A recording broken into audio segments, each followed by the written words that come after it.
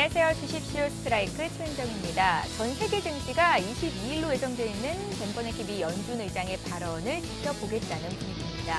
이 자리에서 벤버냉키 미 연준 의장이 양적 완화 규모 축소와 관련해서 어떤 힌트를 내놓지 않을까 시장이 집중을 하고 있는 건데요. 오늘 국내 시장에서도 거래량 거래 대금이 전 거래일 대비해서도 다소 저조한 편이었습니다. 코스피 시장에서는 기관 투자자가 발목을 잡으면서 코스피가 약보합 1981로 거래를 마쳤고요. 반면에 코스닥 지수는 외국인 투자자들이 4거래일 연속 순매수하더라고요. 코스닥은 나흘째 상승하면서 572포인트가 오늘 종가가 나왔습니다. 자, 연초 이후로 지난 10일까지 외국인 투자자들이 코스피 시장에서 6조 5천억을 팔았었거든요. 그런데 최근 3거래일 동안 5천억 정도를 사들이면서 외국인 귀환에 대한 시장의 기대치가 다소 높아지고 있는 것 같습니다. 엔화 약세 기조가 다소 둔화가 되고 있고 뱅가드 펀드의 지수 변경이 막바지에 이르면서 외국인 투자자들이 국내 증시를 바라보는 시각 자체가 조금은 긍정적으로 변화하고 있는 것이다라고 어떤 전문가들은 분석을 하는데요. 어쨌거나 이번 주에는 벤버냉키 미 연준 의장이 출구 전략과 관련해서 어떤 발언을 내놓지 않을까 여기에 집중 좀 해보셔야 될 것 같습니다. 미국에서 돈을 풀었는데 돈줄을 좀 줄이겠다고 하면 국내 증시에도 분명히 타격이 있을 거니까 이 점을 꼭 유념해 보셨으면 좋겠습니다.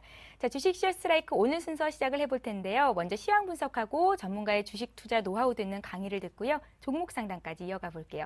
종목 상담은 7시 반부터 시작이 될 텐데요. 참여 방법 소개를 해드립니다.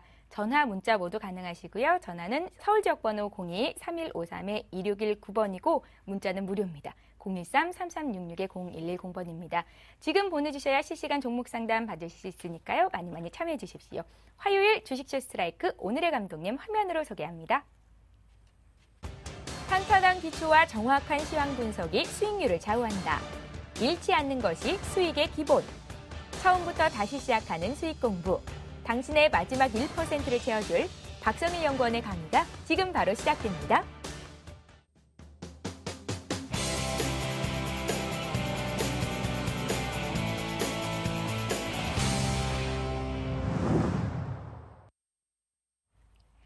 예, 화요일의 감독님 동부증권 목동지점에서 박성일 연구원 나오셨습니다. 안녕하세요. 예, 안녕하십니까. 예, 박성일 연구원님. 전 세계 증시가 다소 숨을 고르는 모습이에요. 관망세가 짙은데 앞으로의 시장 전략은 어떻게 짜가면 좋겠습니까? 예, 일단 우리 시장을 중심으로 해서 말씀을 드리면 예. 우리 시장을 그동안 많이 억눌렀던 가장 큰 요인은 엔화 약세죠. 근데 여기서 추가적으로 더 엔화가 약세로 가긴 조금 어려운 상황입니다. 사실은 이제 글로벌 시장에서 엔화 약세를 묵인하는 것도 어느 정도 한계치에 도달해 있는 상황이고 그렇다고 일본 정부나 이제 일본 중앙은행에서 추가적으로 완화 정책을 핀다고 할 수도 없는 상황이기 때문에 엔화 약세가 이제 103엔 정도를 고점으로 해서 이제 95엔에서 이제 105엔 정도 박스권을 형성할 것이다라는 전망이 어느 정도 신뢰를 얻고 있기 때문에 우리 시장을 억눌렀던 이제 불안전 요소들이 대부분 해소가 됐다고 보시고 일단은 우리 시장을 매매할 만한 여건은 조금 마련됐다고 보시면 좋을 것 같고요. 기관이 이제 PBR 한 배에서 샀던 주식들을 조금 정리하고 있습니다. 코스닥 같은 경우에는 이제 1분기 실적을 중심으로 해서 차익 실현 물량이 나왔고 우리 코스피 시장 같은 경우에는 2천을 중심으로 해서 차익 실현 매물이 나오고 있는데 매물을 지금 외국인들이 받고 있는 아주 좋은 모양새이기 때문에 당분간은 눌림목 구간을 형성을 하더라도 중기적으로 봤을 때 우리 시장도 커플링 될 수 있는 여건이 돼 있다고 보시면 좋을 것 같습니다. 예, 좋습니다. 전문가의 시황 분석을 먼저 들어봤고요. 박성일 연구원님 강의 들을 차례인데요. 오늘도 기대가 됩니다. 오늘은 어떤 내용을 준비해 오셨어요? 예. 오늘은 이제 종목 발굴에 대한 얘기를 조금 드릴 건데요. 기존에 제가 설명을 드렸던 게 일단은 포트폴리오, 그리고 기술적 분석, 기본적 분석, 그리고 추세 매매에 대해서 설명을 드렸는데 이 모든 걸 다 하실 수 있다고 하더라도 종목을 발굴하지 못한다고 하면 네 가지 기술 모두 다 쓸모가 없죠. 그래서 가장 원천적으로 종목을 어떻게 찾아야 될 것인가에 대한 얘기를 오늘은 조금 드려보겠고 이 5개를 잘 조합을 하시면 사실 시장에서 크게 손해를 보지는 않으실 거다라고 말씀을 조금 드리겠습니다. 일단은 종목을 발굴하는 프로세스에 대해서 제가 한번 설명을 드릴 텐데요.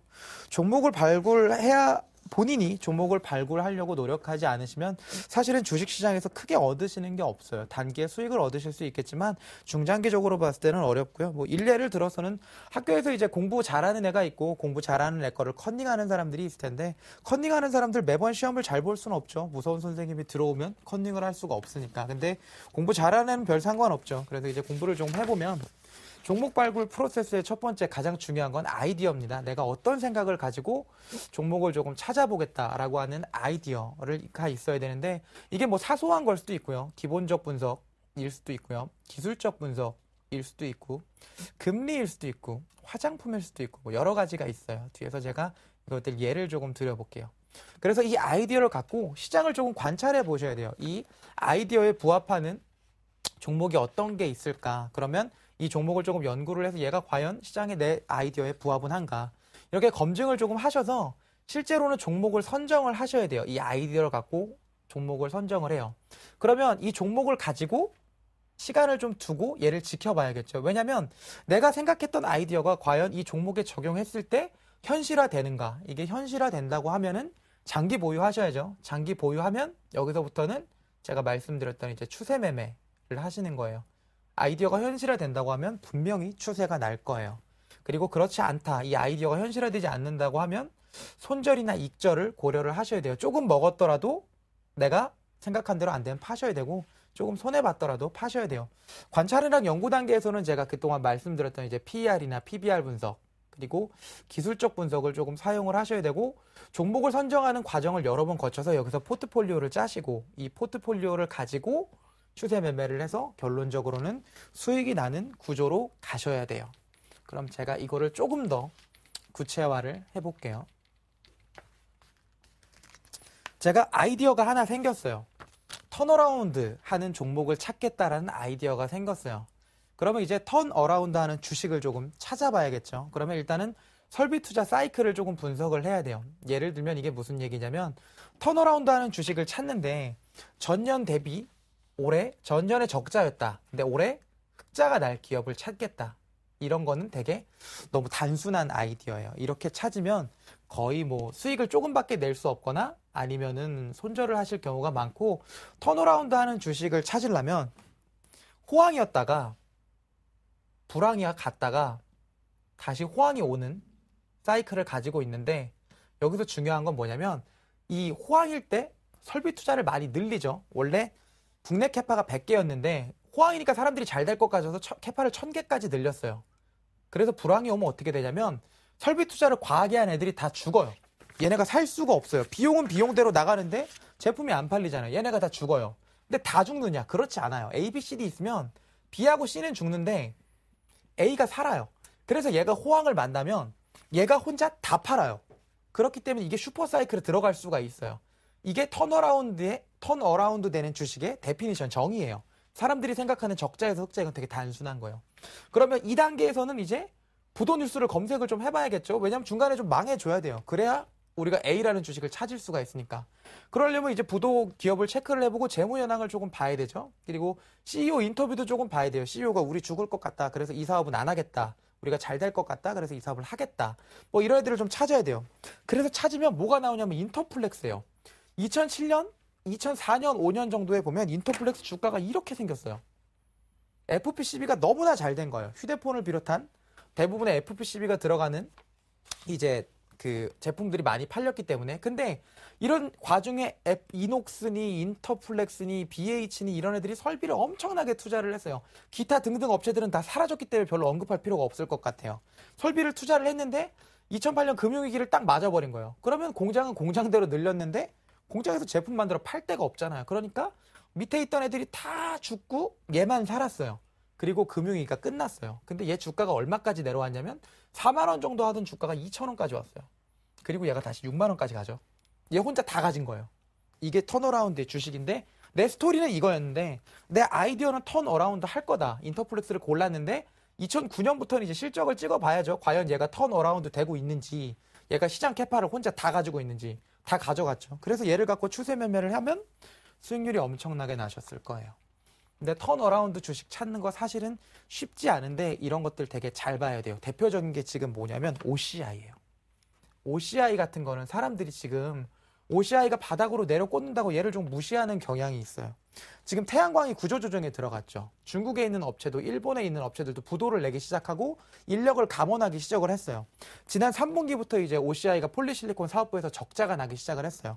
OCI가 세계 캐파로 보면 3위에서 5위 정도 하죠. 근데 얘가 적자가 날 정도면 밑에 애들은 거의 지금 죽어가고 있는 거예요. 그래서 무슨 SDN이니 신성솔라에너지니 이런 애들 다 죽어가고 있는 거예요. 얘네가 다 죽어요. 죽을지 안 죽을지 모르죠. 다 죽고 나서 OCI가 딱 살아남고 폴리실리콘 가격이 반등하기 시작하면 OCI가 다시 40만 원, 50만 원을 가요. 그러면 15만 원 정도에 사신 분들이 40만 원, 50만 원까지 다 먹어요. 이런 상황이 계속 발생해요. 몇십 년 동안 발생을 해왔어요. 근데 이것들 잘 못하세요. 그래서 OCI 같은 건 잘 봐야 돼요. 구체적으로 제가 작년부터 올해까지 했던 아이디어를 갖고 이제 종목을 가지고 앞에 했던 거를 설명을 드려볼게요. 삼천리 자전거를 설명을 드릴 거예요. 제가 삼천리 자전거를 사게 된 계기는 관심이 조금 생겼어요. 어디서 관심이 생겼냐면 4대강 사업을 했죠. 4대강 사업을 열심히 했어요. 4대강 사업을 하면서 뭘 했냐면 그 옆에다가 자전거 도로를 깔았어요. 인프라가 구축이 됐죠. 그리고 이 인프라가 구축이 되다 보니까 정부에서 어떻게 했냐면 자전거 대여업을 하기 시작을 했어요. 제가 집이 일산이에요. 일산 주염역 옆에 보면 녹색 자전거가 서 있어요. 이 녹색 자전거를 무료로 빌려주기 시작을 했어요. 근데 이 자전거를 무료로 빌려주려고 해도 국가에서는 무료로 빌려주는데 얘를 사서 국가가 사든 누가 사든 사서 배치를 해야 얘를 둬야 누군가 무료로 쓸 거잖아요. 그러니까 자전거 업체는 죄송합니다. 매출이 일어날 거예요. 그래서 이 아이디어를 가지고 시작을 했어요. 그럼 첫 번째 국내 자전거 업체를 찾아야죠. 3개 있어요. 알톤 스포츠랑 삼천리 자전거랑 알톤 스포츠랑 뭐 이름이 기억이 안 나는데 뭐 하나 더 있어요. 이거 3개가 있어요. 그럼 얘네 3개를 놓고 기본적 분석을 실시를 해요. 셋 중에 누가 제일 싸냐? 누가 MS가 1위냐? 내 아이디어는 정부 정책 수혜도 받아야 되니까 정부랑 연결돼 갖고 지금 현재 공공 자전거를 깔고 있는 애는 누구냐라고 봐요. 그래서 기본적 분석을 실시를 해서 이 중에서 삼천리 자전거가 걸렸어요. 왜냐면 알톤 스포츠가 삼천리 자전거의 자회사예요. 그러니까 얘랑 같은 거고 얘네 둘이 점유해서 국내 캐파 1위. 그 다음에 뭐 밑에 하나 있는 애가 얘가 2위. 이게 끝이에요. 이거 이외에는 없어요. 수급을 봤더니 9,000원대부터 9,000만 원대까지 기관이 사기 시작을 했어요. 기관이 사기 시작을 해서 그동안 뚫지 못했던 박스권을 뚫어놨어요. 박스권을 뚫어서 기술적 분석에서 봤을 때 제 개인적인 판단에는 신고가 영역에 들어왔는데 수급도 많고 이제부터 추세가 날 것 같아요. 그래서 삼천리 자전거를 샀어요. 삼천리 자전거를 샀더니 무슨 일이 벌어졌냐면 일산이랑 여의도랑 창원이랑 대전 이런 데 있던 공공 인프라 그 자전거 대여 산업이 더욱더 확장이 돼갖고 대구, 충청도, 목동 이런 식으로 확장이 되기 시작을 했어요. 이게 확장이 되면 제 생각에는 어떻게 돼야 돼요? 아이디어가 이거니까 숫자가 찍혀야 되잖아요. 그래서 4분기 실적을 봤는데 보통 삼천리 자전거는 4분기에 뭐 직원 그 성과급이죠. 성과급이나 이런 게 나가고 겨울철이니까 비수기예요. 비수기니까 실적이 적자였어요. 원래는. 근데 2012년 4분기에 보면 흑자예요. 아주 간당간당하게 흑자로 막아요. 쉽게 말하면 뭐냐면 20억 적자쯤 나던 4분기가 20억을 흑자를 낸 거랑 거의 비슷해요. 제 기준에선. 상당히 마음에 들었죠. 이렇게 해서 얘를 갖고서 추세 매매를 시작한 게 10,000원이에요. 얘가 10,000원부터 13,000원까지 왔어요. 13,000원까지 왔는데 이제 계속 모니터링을 했는데 지금부터 성수기에 들어가죠. 제가 이거 겨울에 샀잖아요. 비수기에 샀으니까 좋은 가격에 저는 샀다고 생각을 해요. 지금부터 성수기에 들어가는데 얘가 되게 잘한 것 중에 하나가 뭐냐면 자전거가 국내에서 좀 되고 돈이 찍히다 보니까 이걸 일본에다 내다 팔 생각이에요. 중국에다가는 부품 공장을 만들었어요. 왜냐면 전 세계에서 자전거를 제일 잘 만드는 데가 중국이에요. 중국은 자전거 타는 인원이 많으니까. 그래서 부품을 되게 잘 만들어요. 근데 삼천리 자전거는 엄밀히 말하면 기술력은 없어요. 기술력은 없는데 이걸 조립해서 판매하는 능력만 있던 건데 얘네가 돈을 좀 버니까 R&D에도 투자를 하기 시작을 하고 MS도 글로벌 시장으로 넘어가기 시작을 했어요. 그래서 10,000원 하던 삼천리 자전거가 16,500원까지 갔어요. 지금도 이거 갖고 있어요. 왜냐면 제 아이디어가 훼손이 되지 않았기 때문이에요. 이 아이디어가 훼손이 되지 않았고 아직까지 추세를 이탈하지 않았어요. 그래서 이런 종목은 찾으시면 상당히 좋아요. 두 번째 설명을 드려볼게요. 두산 우선주예요. 요새 우선주 많이 올라가죠. 근데 우선주 따라 사시면 안 돼요. 우선주를 지금부터 그 수익을 다 드실 수 있는 분들은 우선주를 미리 사셨던 분들, 지금부터는 보유하신 분들이 수익이 나는 구간이지 신규로 진입하시는 분들이 수익이 날 수도 있고 안 날 수도 있지만 제 개인적인 판단에서는 리스크 대비해서는 그렇게 좋은 수익을 줄 것 같지 않아서 좋은 판단은 아니에요. 두산 우선주 설명을 한번 드려볼게요. 작년에 우리나라가 금리를 2차례 내리고 올해까지 이제 3차례 정도 내렸죠. 근데 글로벌 경기 금리가 계속 이렇게 내려와요. 근데 우리나라 시장의 금리는 이렇게 갈까요? 절대로 그럴 리가 없죠. 우리도 금리가 이렇게 내려갈 거예요. 그럼 금리가 내려가면 사람들은 기존에 채권에 관심을 많이 가졌어요. 왜냐면 예를 들어서 채권에서 한 5% 주고 은행에서 한 4% 줘요. 금리를. 예예요. 4% 정도 들면 사람들은 보통 은행에 가요. 왜냐면 1%더 먹자고 파산하게 되면 리스크를 져야 되는 채권을 살 바에는 차라리 은행에 가겠다라고 해서 사람들이 일로 막 가요. 근데 이 은행이 금리를 내리고 내려서 2%가 되면 야 이거 금리가 너무 내려간 거 아니냐. 이 수익률로는 절대 이자 소득으로 생활할 수가 없다. 우리 조금 위험해도 채권 시장으로 가자. 이렇게 해서 우선은 채권 시장으로 사람들이 몰려요. 금리가 내려가면. 근데 이 채권 시장에서 그나마 쓸만한 것들이 다 건설주 아니면 뭐 STX, 두산, 동양 공통점이 뭔지 알죠? 그냥 위험한 애들이에요. 얘네가 그냥 뭐 7%, 8% 이렇게 줬어요. 근데 이거 했다 개인들이 된통 당했어요. 그렇죠. 채권 시장이 그렇게 좋은 게 아니에요. 채권 중에 리스크가 큰 애들만 개인분들이 접근하실 수가 있고 수익을 조금 줬기 때문에 이 시장이 잘 안 됐어요. 그래서 일로 가던 돈들이 어디로 왔냐면 배당주로 왔어요. 그러면 배당주, 우선주가 배당이 많죠. 그래서 의결권이 없는 대신에 이쪽 시장으로 왔단 말이에요. 그러다 보니까 개인적인 판단에는 작년 한 해 봤을 때 금리 하락의 수혜는 뭐가 받겠냐. 그러면 채권은 안 될 것 같고 배당주랑 우선주를 사자라고 생각을 했고 우선주가 괴리율이 상당히 커요. 예를 들면은 제가 CJ 우선주를 봤을 때 CJ가 14만 원에 거래가 됐는데 CJ 우선주가 3만 원밖에 안 했어요. 그럼 이게 얼핏 봤을 때 뭐 한 30% 정도나 잡아주나요? 30%도 안 잡아주네요. 25%, 26% 이렇게밖에 안 잡아주네요. 근데 선진국은 그 우선주랑 본주, 그러니까 CJ라고 하는 본주랑 CJ 우선주의 괴리도가 70% 정도예요. 그러니까 CJ가 10만 원이면 우선주는 7만 원 정도는 하는 게 선진국이에요. 근데 우리나라는 지난 10년간 되게 특이하게 이게 우선주가 못 갔어요. 그래서 굉장히 싸요. 싼 데다가 우선주는 유상증자 같은 걸 하지 않죠. 우선주를 더 발행하지는 않아요. 그렇기 때문에 수급상 봤을 때 얘가 늘어날 일도 없어요. 그러니까 우선주를 사지 말아야 될 만한 이유는 없어요. 은행에 투자하시는 분이 우선주를 못 사시는 거는 굉장히 이상해요. 그래서 이런 아이디어로 시작을 했어요. 그리고 나서 이제 종목을 뽑아야 되잖아요. 그럼 첫 번째, 나는 배당에 관심이 있어서 일로 온 거니까 배당 수익률을 점검을 해야죠.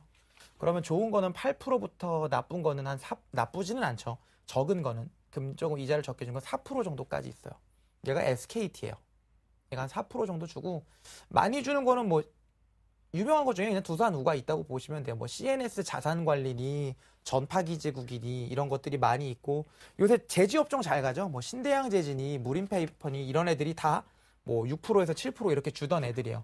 그래서 일단은 배당주를 골라요. 그리고 나서 우선주 중에서 괴리도가 높은 거를 저는 우선주를 사기로 결정을 했던 거니까 그때 당시에는 괴리도가 높은 거를 찾아요. 그러면 뭐 두산 우선주는 50%, CJ는 30%뭐 이런 식으로 쭉 나오겠죠. 현대차 우선주도 뭐 60 몇 프로 이렇게 나와서 그 중에서 배당도 높고 괴리율도 조금 괜찮은 애.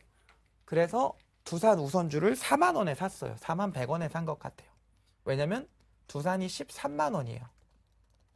그러면 뭐 한 30% 정도 밖에 안 잡아주죠. 거기다 시가 배당률 작년에 7.8%였어요. 3,550원인가 배당했어요. 이걸 안 사야 될 이유가 있나요? 얘 두고 가만히 있으면. 근데 중요한 건 뭐냐면 얘를 갖고 기술적 기본적 분석을 해야 돼요. 왜냐면 내 개인적인 판단에는 얘가 은행처럼 이 금리를 계속 줘야 되잖아요. 아니면 은행에 넣어야지 얘로 넘어오면 안 되죠. 그러니까 두산 전체가 과연 지분법 이익으로 봤을 때 이걸 계속 줄 수 있겠느냐. 근데 두산은 보면 두산중공업, 두산인프라코어 뭐 이런 것들은 발전소 사업을 하거나 뭐 두산캐피탈 뭐 이런 애들, 두산건설을 제외하면 대부분 그렇게 경기에 굉장히 연동되는 사업을 하고 있지 않아요. 그래서 그리고 주주 친화적 정책을 굉장히 오랫동안 썼던 회사고 사람이 회사다라고 생각하는 아주 긍정적인 회사 마인드를 갖고 있어서 두산 우선주를 샀어요. 그래서 매년 제가 해야 될 건 뭐냐면 두산 본주의 어닝, 실적이 그렇게 크게만 꺾이지 않는다고 하면 하던 대로 배당할 거예요. 그래서 배당 수익률이 과연 실적을 통해서 확실히 들어오는지 이것만 갖고 가져가다가 로또를 맞았어요. 왜냐면 어찌어찌 하다 보니까 세상이 지금 갈 데가 없어요. 돈들이 우리나라에 지금 그나마 2분기나 3분기 어닝 추정치는 모두 다 하향이 되고 있고 하향되고 있지 않은 IT 섹터만 살만한데 IT 섹터는 갈 만큼 갔어요. 그럼 IT가 더 갈 거냐? 이건 잘 모르겠잖아요. 2분기까지는 엄청 좋아요. 하이닉스 같은 거 2분기까지 사상 최대 실적 낼 거예요. 올해 가이던스 2조인데 맞출 수도 있을 것 같아요. 하이닉스 사야 돼요. 근데 하이닉스만 살 수는 없잖아요. 삼성전자는 갤럭시 S4가 생각보다 안 팔리고 LG전자는 왜 그런지 모르겠는데 외국인이 자꾸 팔아요. 기관애들도 안 살 생각이고.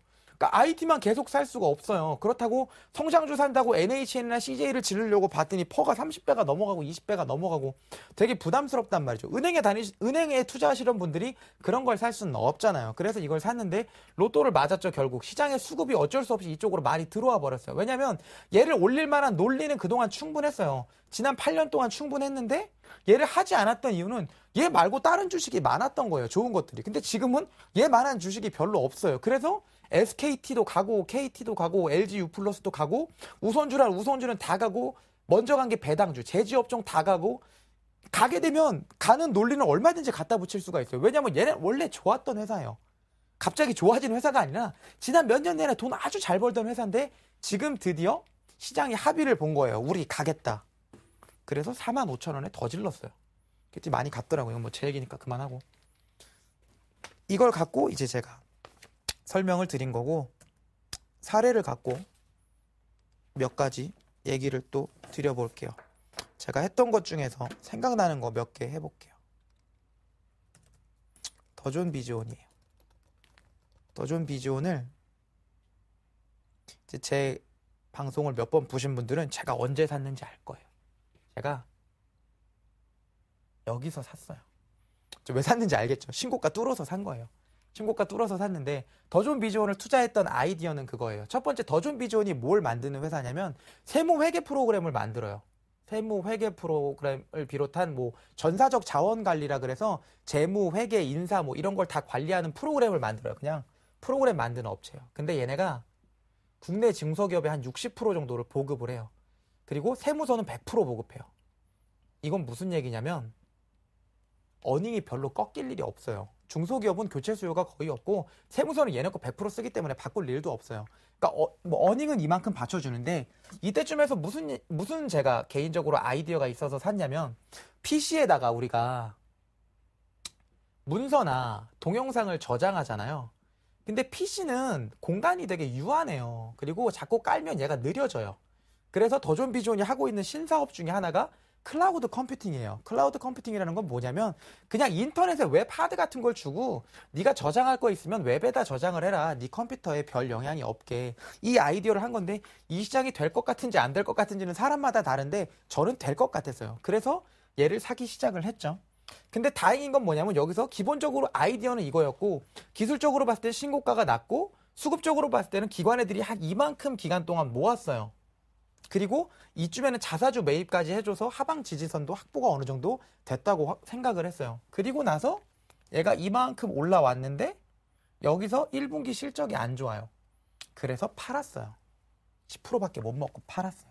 어쨌든 이거는 잘된 케이스도 아니고 잘못된 케이스도 아니에요. 왜냐면 제가 이런 식으로 포트폴리오를 한 10개를 짜요. 뭐 많으면 10개 정도 짜는 거고 한 6, 7개를 짜요.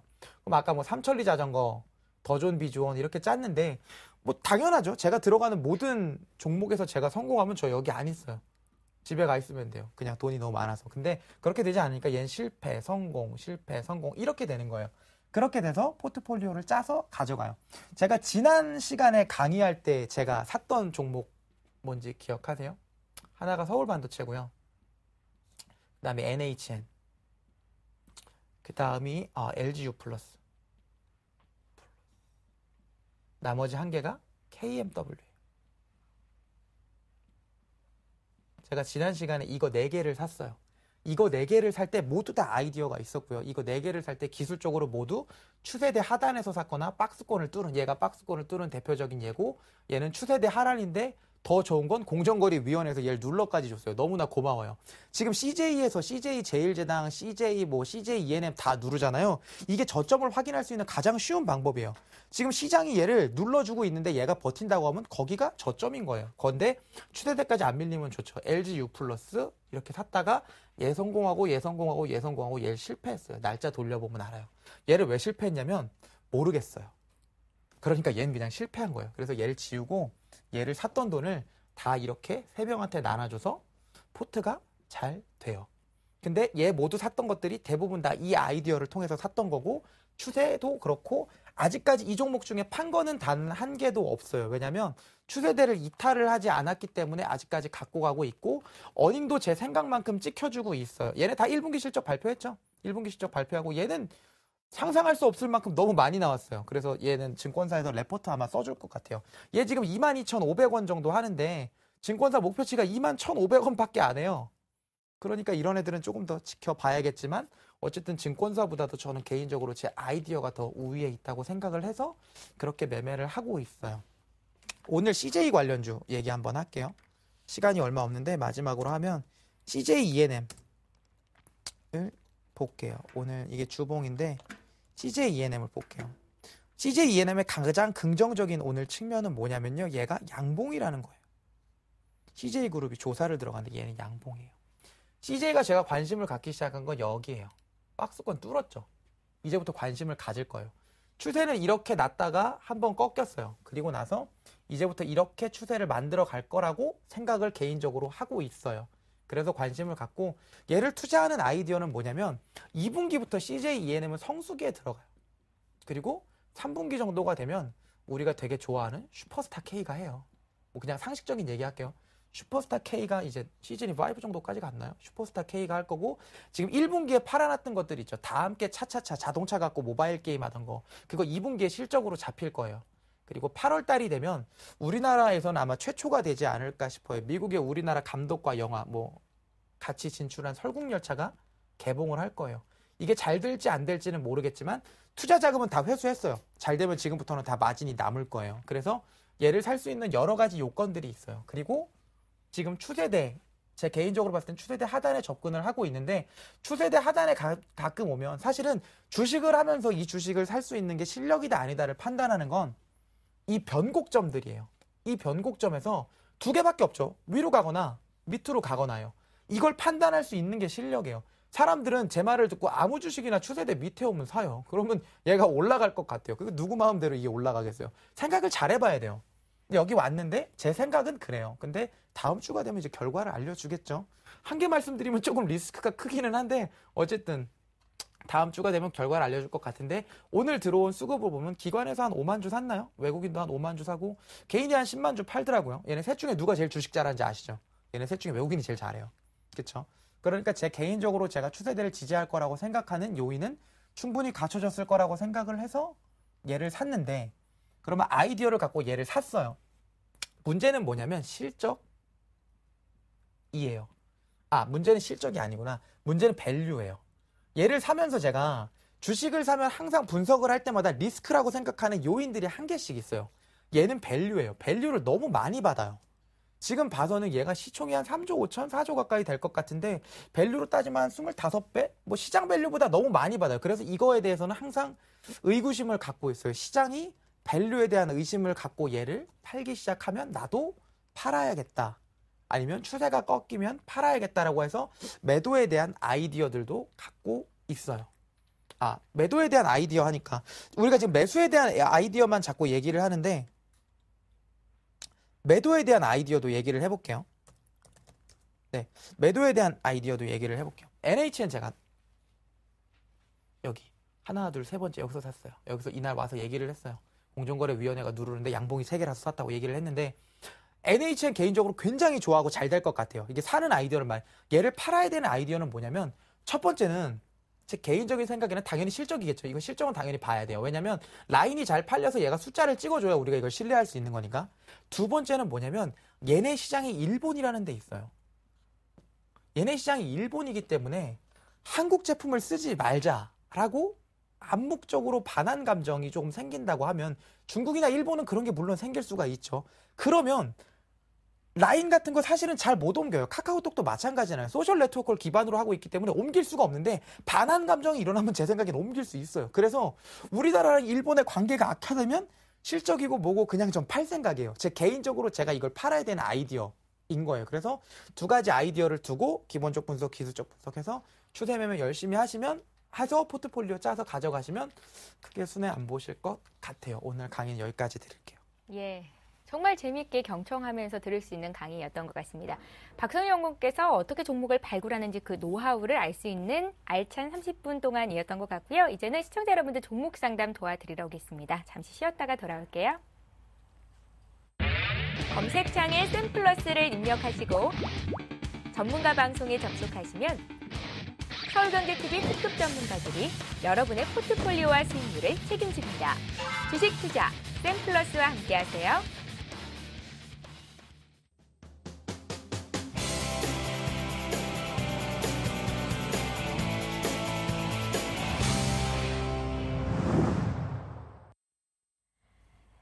예, 참여 방법 다시 한번 소개해 드립니다. 서울 지역 번호 02-3153-2619번 전화고요. 013-3366-0110번 무료 문자 이용하시면 되겠습니다. 오늘도 첫 번째 전화 연결부터 해볼게요. 안녕하세요. 안녕하세요. 예, 안녕하세요. 반갑습니다. 예. 예, 어떤 종목 궁금하세요? 예, 에스코넥요. 에스코넥 얼마에 몇 퍼센트 들고 계세요? 예, 1,550원에 30%요. 1,550원에 30%요? 네. 예, 언제쯤 매수하셨어요? 한 2주쯤 된 것 같아요. 예, 지금 주가가 좀 떨어진 편인데 어떤 점이 궁금하셔서 전화 주셨습니까? 여기 뭐 방송에서 일자리 거로 추천을 많이들 해주셔가지고 예. 예, 박근혜 대통령 방미 갔다 오면 아마 이게 좋은 이 모멘텀이 있을 거라고 그래서 샀는데 예, 계속 떨어지네요. 예. 그래서 얼마나 더 떨어질는지가 궁금하세요? 혹시 지금 자리, 예. 예, 그것도 그렇고 손절가도 그렇고 목표가가 얼마 그 기간이 어느 정도 걸리면 예, 목표가가 한 1,600원 정도는 걸리는지. 투자 기간은 좀 여유가 있으신가요? 여유는 있는데 그렇게 오래 갖고 있지는 않아요. 예, 단기 모멘텀으로 들어가셨기 때문에 좀 손절도 고려를 하고 계시다라고 저희가 생각을 하고 기본 전제하에 상담을 도와드리겠습니다. 네네. 예, 지금부터 시작할 테니까 잘 한번 들어보십시오. 네. 예, 정체 테마주 쪽으로 좀 묶여있던 종목이라고 보실 수 있는 겁니까? 네, 제가 잘 모르는 종목이에요. 그래서 지금 투자하신 아이디어가 정치 테마라고 하셨으니까 제가 그거에 대해서는 별로 드릴 수 있는 말씀이 없고 예. 그냥 기본적 분석, 기술적 분석을 해야 될 것 같아요. 그리고 개인적으로는 정치 테마를 해서 매매를 하실 정도의 실력이면 주식을 굉장히 잘하시거나 아니면 주식을 아예 모르시는 분일 확률이 높기 때문에 정치 테마는 잘 하지 않는 게 왜냐면 일종의 그냥 로또 사고 그게 당첨되길 기대하는 거랑 약간 비슷한 거예요. 그러니까 컨닝하시는 거랑 비슷하기 때문에 그런 건 별로 안 하시는 게 좋을 것 같고 에스콘의 기본적으로 봤을 때 휴대폰 부품주죠. 휴대폰 부품 주면 당연히 삼성전자가 실적을 잘 찍어야 돼요. 근데 삼성전자 2분기 실적이 좋아요. 근데 얘 왜 못 갈까요? 왜냐면 3분기가 안 좋을 것 같아서 그래요. 우리가 생각할 때 갤럭시 S4 잘 팔 것 같았죠. 갤럭시 S4를 얼마나 팔아야 될 것 같았냐면 올 한 해 한 2억 4천만 대 매월 2천만 대 정도 팔 것 같았어요. 근데 실제로 이거 파나요? 이거 못 팔죠. 이거 못 파니까 에스코넥이 작년에 100억 정도 냈더라고요. 근데 시총이 한 800억.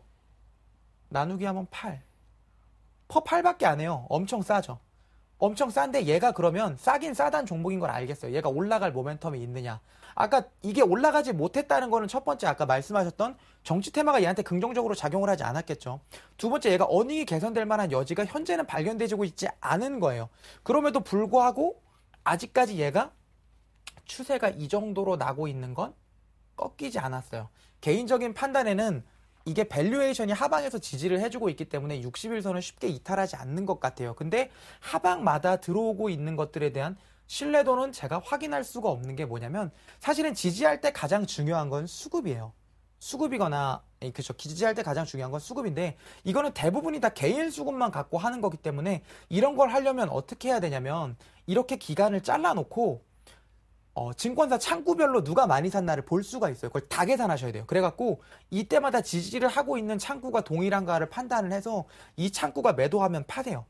근데 이 창구가 매도하지 않으시면 일단 들고 가는 게 맞아요. 왜냐하면 주포가 아직까지 들고 있는 거예요. 근데 시총 800억 정도 되는 종목이면 주포라고 해봐야 한 20억 정도 갖고 있으면 될까요? 그렇기 때문에 지지선마다 신뢰도가 크지는 않아서 개인적으로는 삼성전자 2분기가 깜짝 실적 내놓는다고 하면 IT 부품주 다 움직일 수 있을 것 같기는 한데 매수하신 가격대를 뚫고 올라갈 만큼 성장성은 없기 때문에 매수하신 가격대 정도에서 매도하시는 게 좋을 것 같고, 손절 라인은 이 정도 양봉이 냈던 부분 1,400원 정도에서 깨고 내려가면 손절하시는 게 좋지 않을까라는 생각을 해요.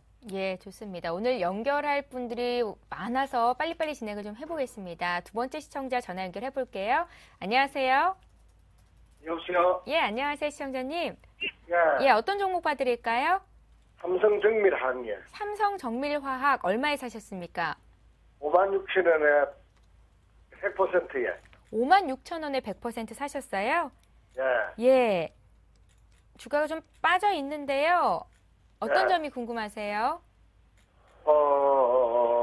들고 가야 되는지, 예. 지금 해야 되는지. 여유 자금으로 투자하셨어요? 예? 여유 예. 자금으로 투자하신 거죠? 예, 예. 예, 앞으로 삼성정밀화학이 매수가까지 올 수 있는지가 가장 궁금하시겠습니다. 예, 예. 예, 혹시 손절도 고려를 하고 계세요? 예. 예, 알겠습니다. 저희가 지금 풀어드릴 테니까 들어보십시오. 예. 예. 네, 일단 삼성정밀화학을 비롯한 화학주들 대부분이 최근에 주가 흐름이 상당히 좋지를 않은 건 사실은 중동 쪽 물량이 계속 중국 시장에 들어오고 있어서 그래요. 수요와 공급 측면에서 보면 우리나라 시장에다가 뭐 화학 제품을 많이 팔 일은 당연히 없죠. 우리나라 내수 시장이 얼마 안 되잖아요. 그럼 수요처는 어디냐면 중국이에요. 공급처는 여러 개가 있겠죠. 우리나라, 일본, 미국 이런 데가 있을 텐데 수요차가 도무지 회복이 안 돼요. 수요차가 회복이 안 되는데 경쟁업체는 원래 4개였는데 여기서 5개로 3개였는데 4개로 늘어나요. 중동 쪽도 들어와요. 뭐 기타 등등이 있었겠지만 이렇게 해서 얘들이 들어오다 보니까 수요는 회복이 안 되는데 공급이 늘어나고 있다 보니까 주가가 빠지고 있게 이게 어닝으로 조금 보여지고 있어요. 대부분의 화학업체들 지금 화학업체는 이제 밸류로 보기는 조금 애매해요. 워낙 주가들이 많이 빠져서 얘를 가지고 밸류를 보는 건 조금 애매하고 PBR로 봐야 되는데 PBR 한 배 밑에인 거 엄청 많아요. 근데 얘가 지금 1.1배 정도 되잖아요. 그러니까 그냥 싸지도 비싸지도 않은 수준이고 삼성이라는 프리미엄을 조금 받고 있어서 PR 측면에서 한 20배 정도 받더라고요. 한 700억 정도 찍는데 지금 보면은 시총은 1.3조 정도 되니까 싸지도 비싸지도 않은 수준 정도라고 보고 있어요. 긍정적인 측면이라고 하면 원래 얘가 내려오던 추세가 있었어요. 근데 이 내려오던 추세는 어느 정도 마무리가 됐고 박스권을 이렇게 형성을 했는데 이 박스권 첫 번째 박스권 형성에는 실패를 했고 이제 두 번째 박스권 정도를 만들고 있는 것 같아요. 심리적으로 5만 원을 지키려고 하고 있는 매수 세력들이 조금 있고 현재 봤을 때 기관은 아니에요. 그래서 5만 원 지킨다고 하시면 얘를 중기적으로 들고 가셔도 괜찮은 게 뭐냐면 대형주들 대부분 다 마찬가지인데 업력이 50년이에요. 50년 하면서 얼마나 위기들 많이 겪었겠어요. 그럼에도 불구하고 일단은 다들 다 지금 현재 어려운 시기들을 극복을 하고 이런 주가 상승 시기를 만들어냈잖아요. 그러니까 노하우에 대해서는 일단은 무조건 믿음을 갖고 가져가시되 기간이 길어질 수도 있을 것 같아서 일단은 지금 상황에서는 보유를 하시되 조금 장기 보유로 권유를 해드릴게요. 예. 진단은요, 삼성정밀화학 그냥 들고 가 보십시오. 언젠가는 답이 나올 것 같습니다. 자, 이번에는요, 문자로 들어온 종목 하나 보고 또 다른 종목들도 함께 봐드릴게요. 플렉스컴입니다. 3260님께서 매수가 23,300원에 30% 들고 계신데요. 계속 들고 가면 어떨까요? 라고 적으셨어요. 일단 플렉스컴 기본적으로 한번 볼게요. 플렉스컴이 밸류를 지금 얼마나 받고 있는지를 먼저 보셔야 되는데 내년 올해 12개월 포워드로 봤을 때 6배 정도밖에 받지가 않네요. 그러면 실적은 굉장히 좋아진다는 걸 알 수가 있고 얘네가 지금 하고 있는 사업을 대부분 보면 LED랑 LCD 쪽 패널을 만들고 있는데 최근에 LED가 상당히 많이 가고 있죠. 그리고 LCD에 대해서 개인적으로 조금 설명을 드리면 LCD 중에서 중형 패널 만들고 있는 애들 되게 잘 봐야 돼요. 스마트폰 만들고 있는 게 3에서 5인치죠.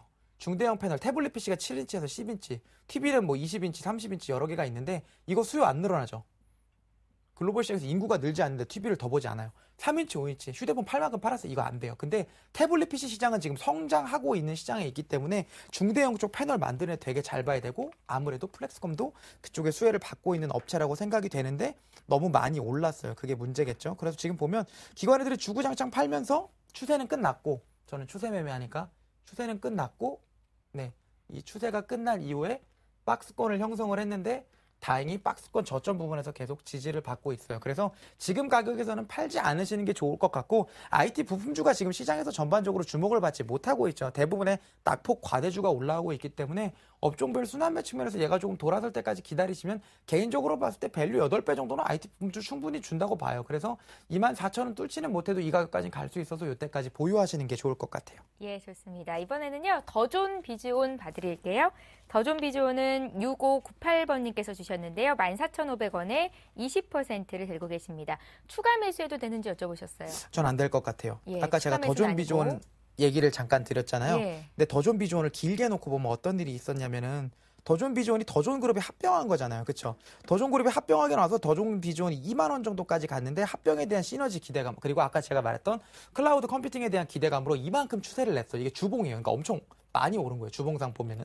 이게 얼마죠? 한 4,000원 정도 하는 주가 2만 5천원까지 간 거니까 엄청 많이 오른 거예요. 근데 얘가 이렇게 빠진 이유가 뭐냐면 실적이에요. 성장성은 있었는데 실적이 못 받쳐줬어요. 그리고 얘가 다시 올라가고 있어요. 이유는 뭐냐면 아까 제가 말했던 클라우드 컴퓨팅이에요. 근데 여기서 뭐로 두드려 맞았다고요? 실적으로 두드려 맞았어요. 그래서 저는 얘는 개인적으로 안 하는 게 맞다고 생각을 해요.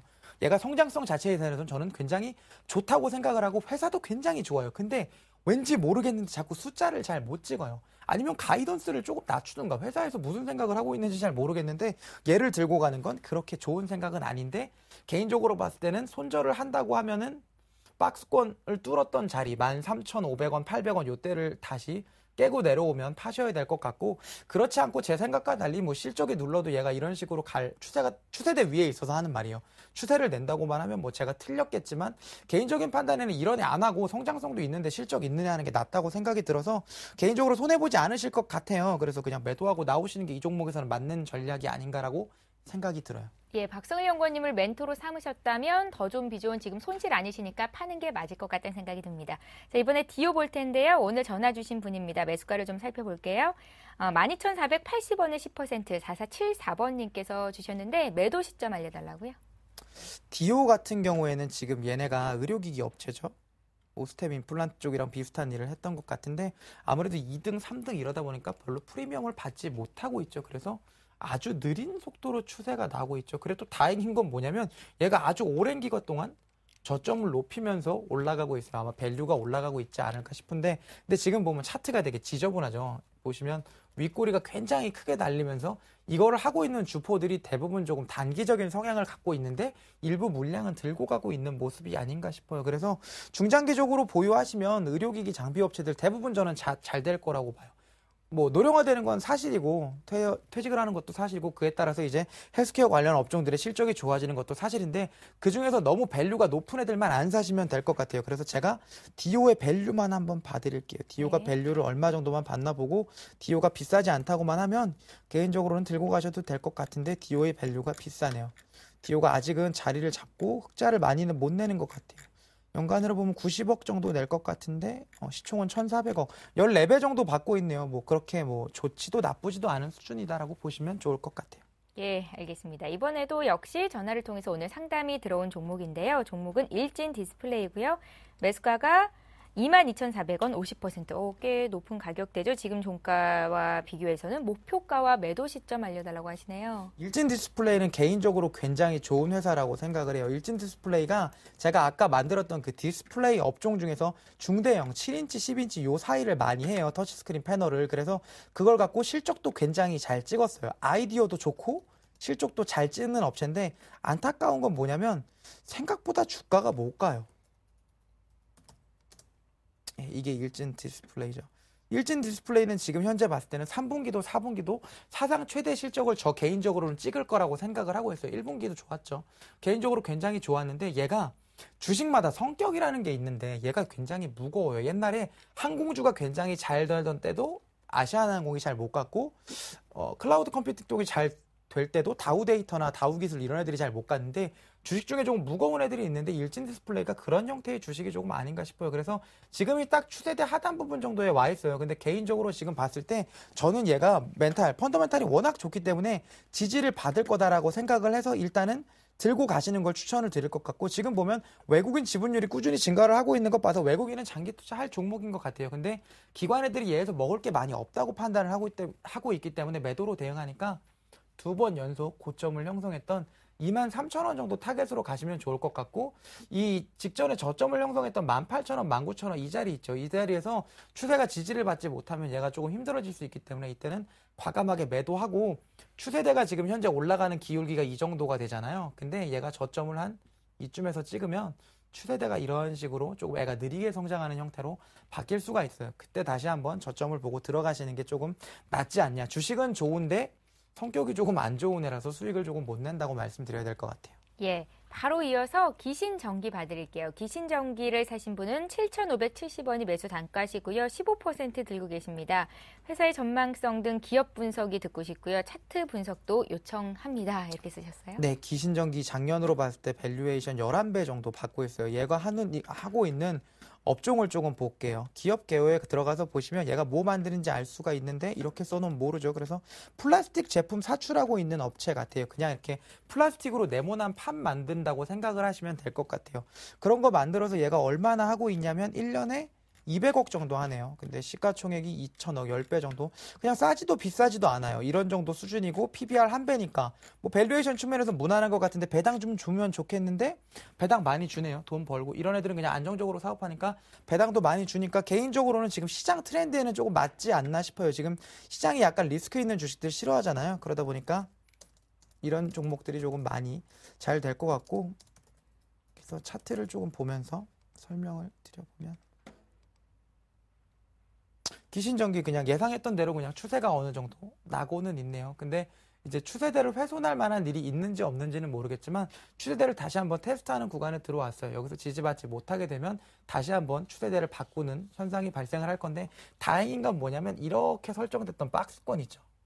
여기는 깨지 않을 거예요. 왜냐면 이 업종 대부분 이렇게 배당은 좋고 하고 있는 사업들의 안정적인 애들 대부분의 그 업종 전체의 차트가 아직까지는 올라가고 있기 때문에 박스권을 뚫었던 부분까지는 오지 않을 것 같아서 6,500원은 오지 않을 것 같고, 여기서 더 올려붙이냐 안 올려붙이냐는 사실 걔네들이 대부분 다 밸류에이션이 싼 편이었는데 다 적정 밸류까지 왔어요. 기신전기도 마찬가지예요. 두산 우선주는 조금 예외죠. 뭐 무림페이퍼니, 신대양제진이 이런 애들 있죠. 굉장히 좋았던 애들. 전파기지국이니 한국정보통신이 이런 애들 대부분 다 밸류에이션이 쌌는데 밸류에이션은 적정 수준까지 왔어요. 그래서 배당 매로도가 많이 감소를 했기 때문에 얘가 더 갈지 안 갈지에 대해서는 별 아이디어가 없어서 그냥 큰 손해 아니시면 여기서 지지받고 직전 고점 오면 매도하시는 게 좋을 것 같아요. 예, 한 개만 더 보겠습니다. 빙그레인데요. 125,000원에 100%시고요. 보유 여부 궁금하시고 매수가까지 올라올 수 있을지 궁금하다고 하십니다. 박성희 연구원님 같으면 지금 이 추세가 꺾였다고 보십니까? 저는 안 꺾였다고 생각을 해요. 지금 예. 이렇게 보면